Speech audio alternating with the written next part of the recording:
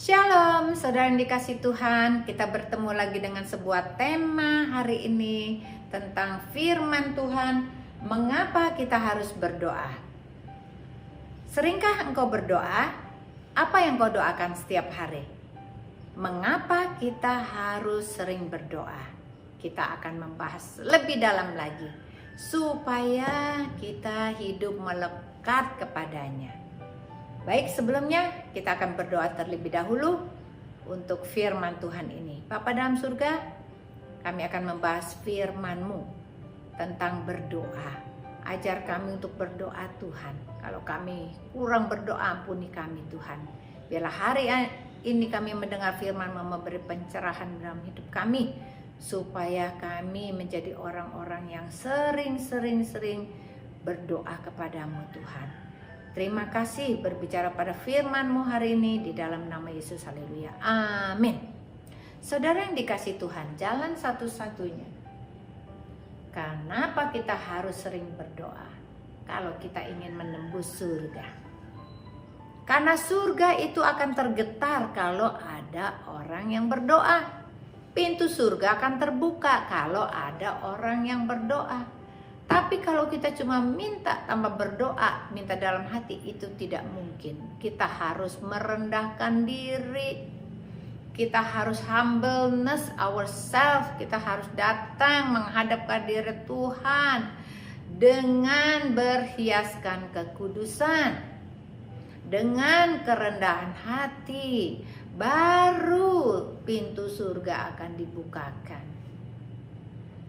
Banyak orang berkata, aku ini orang Kristen, aku sudah dibaptis, KTP-ku Kristen. Tuhan katakan, nanti KTP tidak laku, surat baptis juga tidak laku. Karena yang akan dilihat Tuhan adalah hati kita, hatimu dan hatiku. Apakah kita sudah memiliki meterai, yaitu meterai Yesus? Apakah kita sudah melekat bersama dengan Yesus seperti dua mata uang? Mata uang itu ada dua muka, di depan dan di belakang. Kalau Tuhan ingin membawa kita ke surga, Dia harus melihat kita seperti ini. Ini adalah value. Kalau uang itu cuma sebelah, di belakangnya nggak ada, laku nggak uangnya? Nggak bisa. Nggak bisa buat di pembayaran di Indomaret. Tapi kalau uang itu punya dua muka, maka dia mempunyai nilai. Demikianlah hidupku dan hidupmu. Kita akan punya nilai kalau kita bersatu dengan Tuhan Yesus. Oleh karena itu tidak ada jalan lain untuk bisa berdekatan dengan Tuhan Yesus. Kita harus sering berdoa. Yuk kita lihat ayatnya. Yakobus 5 ayat 16. Karena itu hendaklah kamu saling mengaku dosamu dan saling mendoakan supaya kamu sembuh. Doa orang benar bila dengan yakin didoakan sangat besar kuasanya.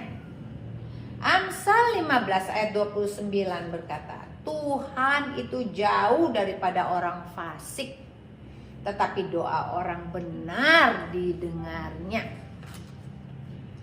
Hal yang pertama kita mau belajar hari ini, siapakah orang benar itu? Kita anggap kita udah benar, kita ke gereja, kita pergi persekutuan doa, kita ikut KUL, kita member, bahkan kita pengerja, bahkan kita juga worship leader. Mungkin kau adalah juga seorang pendeta atau sudah menjadi penginjil. Tetapi Tuhan ingin berkata kepada kita, Mazmur 1 ayat 1, 2, dan 3 berkata begini. Berbahagialah orang yang tidak berjalan menuruti nasihat orang fasik, yang tidak berdiri di jalan orang yang berdosa, yang tidak duduk dalam kumpulan pencemooh. Tetapi yang kesukaannya ialah Taurat Tuhan dan merenungkan Taurat itu siang dan malam. Ia seperti pohon yang ditanam di tepi aliran air, yang menghasilkan buahnya pada musimnya, yang tidak layu daunnya, apa saja yang diperbuatnya berhasil. Bagaimana dampak daripada orang yang benar? Orang yang benar itu suka berdoa. Orang yang benar itu suka mendoakan orang lain, orang sakit, orang susah, orang-orang yang belum selamat. Itu adalah orang benar. Orang yang tidak berjalan menurut nasihat orang fasik yang tidak duduk dalam pencemooh. Orang benar memisahkan dirinya dari kumpulan-kumpulan yang tidak benar. Tidak ikut dalam rombongan. Dan jangan sekali-kali engkau berkata, aku ini kan udah kuat imannya. Udahlah sekali-sekali hangout dah sama mereka. Nah, di dalam kumpulan itu udah ngomong yang enggak, bahkan gosip ke sana ke sini. Buang apa? Buat apa kita buang waktu seperti itu? Kita sedang berkumpul dalam rombongan pencemooh. Hindarkan dirimu dari situ, keluar, lari, dan jangan bertemu mereka lagi. Kesukaan kita apa? Taurat Tuhan pagi, siang, dan malam. Berapa banyak kita baca firman? Sekarang firman itu ada audio. Jangan pernah berkata, aku gak bisa baca, mataku sudah lamur, sudah gak bisa lihat. Tuhan katakan banyak cara. Tuhan udah sediakan kita. Handphone kita ada Holy Bible, kita bisa download. Kemudian kita dengar firman Tuhan melalui audio. Kita bisa bahasa Inggris, bisa bahasa Jawa, bisa bahasa Indonesia, apa saja ada. Oleh karena itu tidak ada alasan. Yang kesukaannya ialah mendengarkan Taurat Tuhan dan merenungkan Taurat itu pagi, siang, dan malam. Yang akan menjadi orang itu menghasilkan buah. Karena dia menerima siraman firman setiap hari. Yang kesukaannya firman. Maka segala yang diperbuatnya berhasil. Kenapa banyak orang berhasil, banyak orang enggak? Kenapa ada orang gagal? Kenapa usahanya bangkrut? Kenapa? Karena dia tidak sungguh-sungguh mengandalkan Tuhan. Belum memberikan waktunya sepenuhnya untuk memberikan waktunya untuk menyukai firman Tuhan. Memberikan waktunya paling banyak untuk merenungkan firman itu pagi, siang, dan malam. Yang kesukaannya adalah Taurat Tuhan. Mari, saudara yang dikasih Tuhan, masih ada waktu kita perbaiki. Engkau masih bisa bertumbuh, engkau masih bisa menjadi orang-orang yang luar biasa yang akan dipakai Tuhan. Hal yang kedua, tentang kuasa doa. Yohanes 5 ayat 15, dan doa yang lahir daripada iman akan menyelamatkan orang yang sakit itu, dan Tuhan akan membangunkan dia, dan jika ia telah berbuat dosa, maka dosanya itu akan diampuni. Roma 8 ayat 26 berkata, demikian juga Roh membantu kita dalam kelemahan kita, sebab kita tidak tahu bagaimana sebenarnya harus berdoa. Tetapi Roh sendiri berdoa untuk kita kepada Allah dengan keluhan-keluhan yang tidak terucapkan. Pada saat kita berdoa, pada saat kita bersatu dengan Roh Kudus itu akan menolong kita. Karena Dia adalah Roh penolong, Roh penghibur, Roh kebenaran yang akan membantu kita melakukan segala sesuatu kebenaran dalam hidup kita. Kita tidak akan pernah bisa benar tanpa pimpinan Roh Kudus. Kuasa doa adalah kuasa daripada kalau kita sudah bersatu dengan Tuhan seperti mata uang, maka doa-doa yang kita ucapkan itu akan menyembuhkan orang sakit, akan membangkitkan dia dari tempat tidur dan menyembuhkan dia. Orang-orang yang berdosa diampuni jikalau kita berdoa buat mereka. Berarti Tuhan ingin berkata pada kita begini, pada saat engkau menjadi orang yang sungguh-sungguh percaya, bukan hanya untuk dirimu, tetapi juga engkau berdampak bagi orang-orang ada di sekitarmu. Dan engkau tidak pernah berhenti untuk melayani Tuhan di mana saja engkau berada. Maka Roh juga akan membantu kita dalam kelemahan kita. Pada saat kita tidak tahu harus berdoanya seperti apa, maka Roh Kudus yang ada di dalam kita akan berdoa kepada Tuhan untuk keluhan-keluhan yang tidak terucapkan. Karena Dia ada di dalam kita, Dia mengerti hatimu dan hatiku. Dia akan berdoa lebih banyak. Maka setelah kita berdoa, kita bisa merenungkan firman itu pagi, siang, dan malam, akan terjadi kekuatan yang baru, membangkitkan imanku dan imanmu, sehingga kita akan lanjut lagi. Kita tidak mau kalah oleh persoalan, tapi kita akan mengatasi semua persoalan, berjalan dengan Tuhan. Karena Tuhan berjanji, walaupun engkau jalan di dalam lembah kekelaman pun sekalipun, gadaku dan tongkatku akan menyertaimu. Walaupun engkau ada di lembah yang paling dalam, Tuhan berkata, aku tidak akan tinggalkan engkau sendirian. Tuhan setia. Demikian juga kita harusnya setia kepada Tuhan.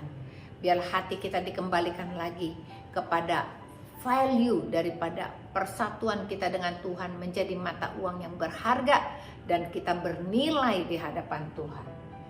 Hal yang ketiga, contoh teladani Tuhan Yesus. Sudahkah engkau lakukan menteladani Tuhan Yesus? Kayaknya nggak mungkin. Tuhan Yesus terlalu sempurna, saya tidak sempurna. Dia terlalu hebat, saya bukan orang hebat. Tapi Tuhan bilang, aku akan berikan kemampuan kepadamu untuk melakukan apa yang aku mau. Teladanilah aku, kata Tuhan Yesus. Lukas 11 ayat 1 berkata begini. Pada suatu kali Yesus sedang berdoa di salah satu tempat. Ketika ia berhenti berdoa, berkatalah seorang daripada murid-muridnya kepadanya, Tuhan, ajari kami berdoa sama seperti yang diajarkan Yohanes kepada murid-muridnya. Matius 7 ayat 7. Mintalah maka akan diberikan kepadamu, carilah maka kamu akan mendapat, ketuklah maka pintu akan dibukakan bagimu.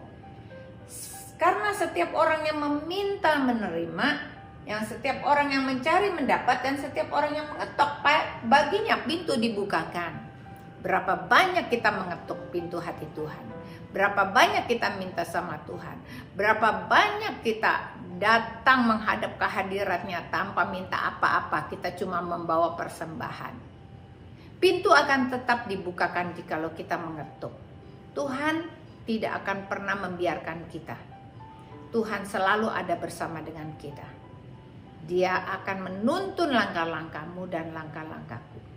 Janganlah sia-siakan kehidupan kita saat ini. Tuhan segera datang. Kita mau siapkan hati kita.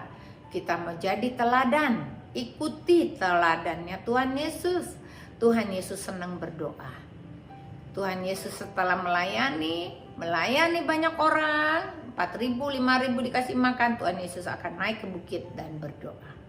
Dia suka berkomunikasi. Berdoa adalah berkomunikasi. Masa ya kita nggak suka sih berkomunikasi sama Tuhan di atas segala Tuhan? Masakah kita nggak suka sih berdoa kepada orang yang sangat hebat, yaitu luar biasa, yaitu Yesus adalah manusia yang terhebat di atas segala kekuatan manusia. Masa sih kita tidak mau benar-benar belajar daripada orang yang mengajarkan kepada kita sesuatu yang baik? Oleh karena itu kita punya kesempatan hari ini. Ikuti langkahnya, ikuti ajarannya, ikuti tradisinya. Kita sering berdoa. Kita berdoa bukan buat diri sendiri, kita berdoa buat orang banyak, kita ingin berdoa buat orang sakit. Kita juga mau menjadi contoh dan teladan buat orang lain yang ada di sekitar kita. Karena Tuhan berkata, kalau kita lakukan, upah yang akan kita terima luar biasa. Karena apa? Kuasa doamu akan menyembuhkan orang. Kuasa doamu akan menggetarkan surga. Surga itu hanya bisa digetarkan kalau ada orang yang punya hati yang sungguh-sungguh, maka minta, maka Tuhan akan bergetar hatinya dan memberikan kepada kita. Mintalah, maka akan diberikan. Ketuklah, pintu akan dibukakan. Semua yang kita mau Tuhan kasih, asal untuk keselamatan jiwa-jiwa, bukan untuk kepentingan diri sendiri. Camkan ini supaya engkau dan aku berbahagia, menjadi orang pengikut Kristus. Kita berbahagia. Kita tidak lagi melihat dunia, tapi kita melihat perkara-perkara yang di atas, lebih besar, lebih bernilai daripada yang kita lihat di muka bumi ini. Camkanlah ini buat engkau dan aku, supaya kita semuanya masuk surga. Dalam nama Yesus, mari kita berdoa. Bapa, terima kasih untuk firman-Mu yang menguatkan, memberi pencerahan. Kami mau berjalan sesuai dengan rencanamu. Kami mau menjadi pendoa-pendoa, sering berdoa, supaya kesukaan kami akan Tauratmu juga menjadi kekuatan buat kami, supaya kami menteladani semua perbuatan-perbuatanmu, supaya kami banyak-banyak berdoa buat orang sakit, orang sekitar kami, keluarga kami, komunitas kami, gereja kami, negeri kami, supaya kami dipakai oleh Tuhan luar biasa. Terima kasih untuk firman-Mu, dalam nama Yesus meteraikan semua menjadi rema dalam hati kami yang tidak pernah keluar lagi dari hati kami, dalam nama Yesus. Haleluya, amin. Tuhan Yesus memberkati.